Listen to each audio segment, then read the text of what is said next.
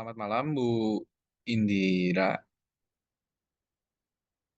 Sebelumnya saya ucapkan semoga sehat selalu. Eh, Sekarang saya ingin mempresentasikan tentang usaha saya nasi goreng, nasi goreng King. Ikutin ya logonya. Nasi goreng memiliki awal yang sama dengan versi nasi goreng lainnya sebagai cara untuk menghindari pemborosan nasi. Menggoreng nasi dapat mencegah penyebaran kuman, bakteri, mikroba berbahaya terutama dalam teknologi prapembekuan di Indonesia dan juga menghindari untuk membuang makanan yang berharga. Nasi goreng di Indonesia awalnya berasal dari pedagang Tiongkok yang berdagang di Indonesia.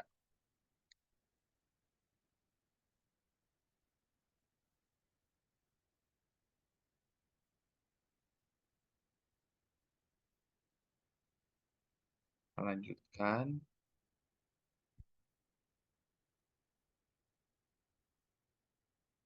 Nasi goreng King dibuat untuk bertujuan menjadi pionir nasi goreng tek-tek yang memiliki ciri khas nasi goreng Chinese dengan rasa yang berbeda dari nasi goreng tek-tek pada umumnya.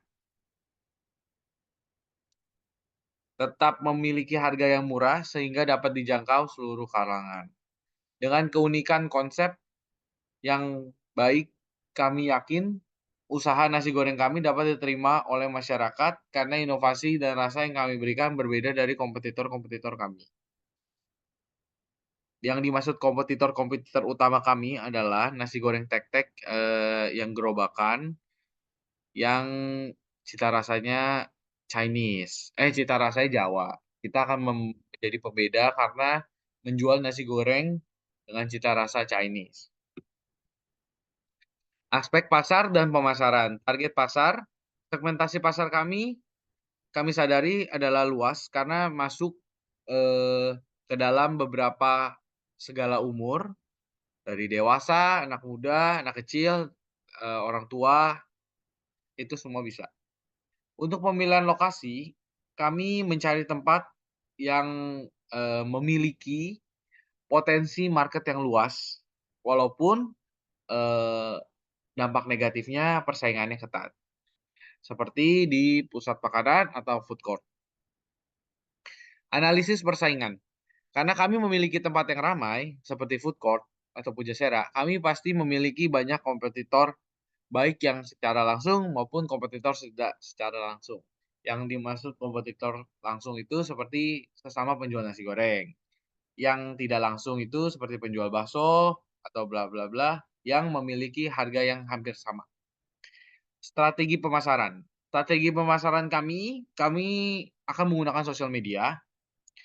Lalu kami juga akan mengundang food blogger makanan kita, serta memberikan promosi diskon maupun promo pada hari-hari atau event tertentu. Dan kami akan mengikuti event-event mingguan di tempat seperti konser atau event makanan. Aspek produksi dan operasional. Sekarang kita bahas di operasional dulu. Pertama pasti adalah lokasi usaha.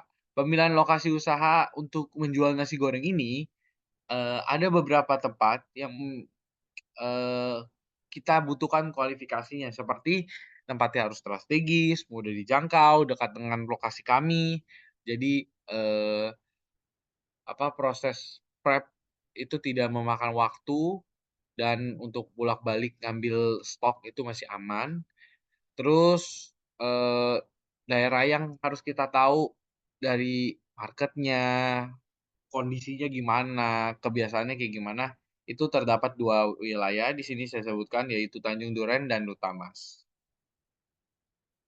Fasilitas untuk menunjang segi operasional, kami menyiapkan fasilitas dapur yang lengkap, serta menyiapkan alat penyimpanan yang proper, seperti kulkas dan freezer, untuk menunjang, produksi atau menunjang operasional. Untuk menunjang customer, kami hanya menyediakan 6 meja dengan masing-masing 4 kursi. Dikarenakan, tempat yang akan kami sewa kemungkinan tidak akan besar, jadi mungkin dimaksimalkan dengan seperti itu.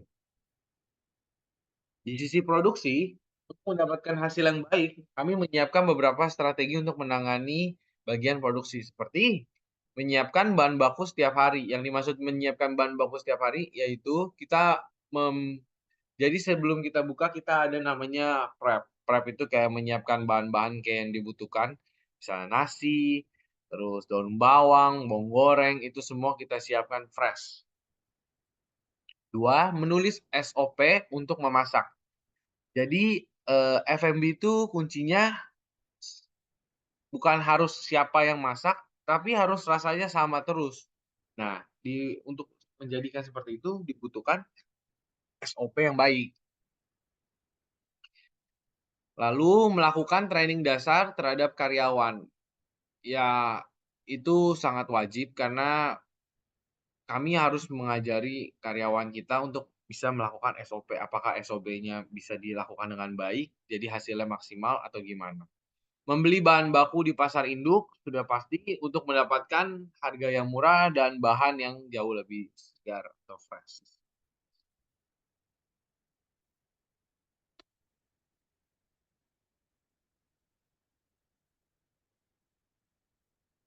Melakukan stop opnam agar tidak terjadi kekurangan bahan.